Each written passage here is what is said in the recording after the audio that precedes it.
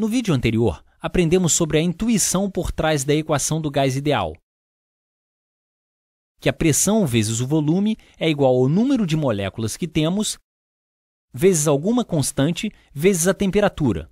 Eu espero que faça sentido para você o modo como tudo isso se encaixa. Essa pressão deve ser o inverso do volume, e isso acontece porque está multiplicando cada um dos dois lados pelo lado oposto. Você poderia pegar o volume e colocá-lo desse lado da equação. Ou a pressão deveria ser proporcional ao número de partículas e à temperatura. Agora, vamos aplicá-las e resolver alguns problemas, porque apenas saber isso não é o bastante.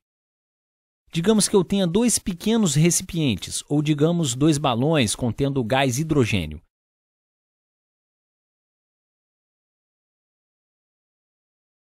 E o hidrogênio como uma molécula diatômica. Então, cada molécula tem dois hidrogênios. E digamos que eu esteja medindo a 30 graus Celsius. Meu cérebro não está funcionando direito. Tinha 30 graus e não 30%. Digamos que a pressão do lado de fora do balão medimos a 2 atmosferas.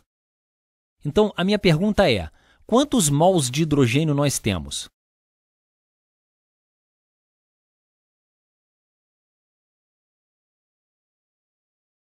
Vamos aplicar nossa equação de gás ideal, e já que estamos lidando com litros e atmosferas, precisamos nos certificar de que estamos usando a constante de proporcionalidade correta. Então, a nossa pressão é dada em atmosferas. Deixe-me anotar todas as unidades.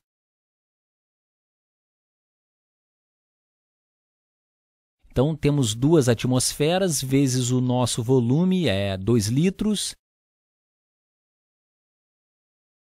é igual a N. N é o número de partículas relevantes, e as queremos em mols. Vamos escrever N por enquanto. É igual a N vezes R. Farei o R daqui a pouco, vezes T. Agora, você queria colocar uns 30 graus ali, mas em todos esses problemas, na verdade, em geral, sempre que estiver resolvendo qualquer um desses problemas com gás ou de termodinâmica, ou sempre que estiver fazendo cálculos com a temperatura, você sempre deve converter para Kelvin. E apenas como uma revisão sobre o que é Kelvin, é apenas uma escala diferente. Por exemplo, a temperatura mais baixa possível que pode ser atingida no universo, quando você pensa em Celsius, vou desenhar uma pequena escala de temperatura aqui. Se essa for a escala de temperatura, desenharei duas, uma para Celsius, outra para Kelvin. Então, a temperatura mais baixa que pode ser atingida no universo, e quando dizemos a temperatura mais baixa possível, isso significa que a energia cinética média das moléculas ou dos átomos é zero, simplesmente não se movem, estão paradas. Então, em Celsius, é menos 273,15 graus Celsius. Então, zero deve estar em algum lugar por aqui. Zero é onde a água congela. E depois 100 graus é onde a água ferve. E você pode ver imediatamente que toda a escala de Celsius foi feita baseada no ponto de congelamento e no ponto de ebulição da água.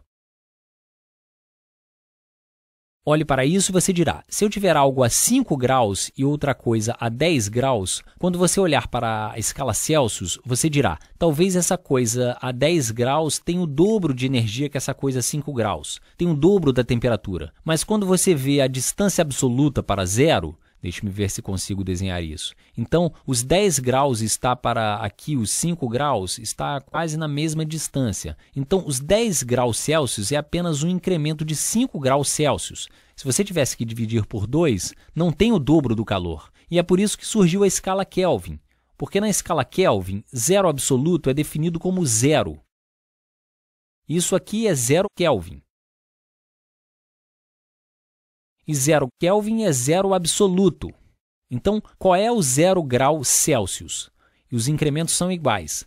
A mudança de 1 grau em Celsius é uma mudança de 1 grau em Kelvin.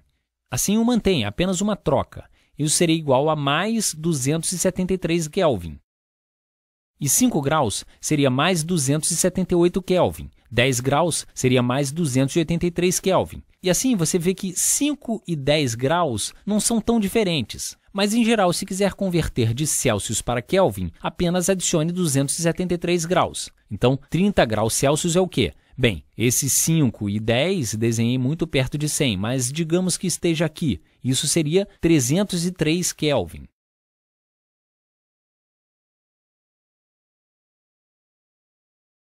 Bem, para a nossa temperatura é isso que estávamos preocupados. Queríamos colocar na temperatura aqui.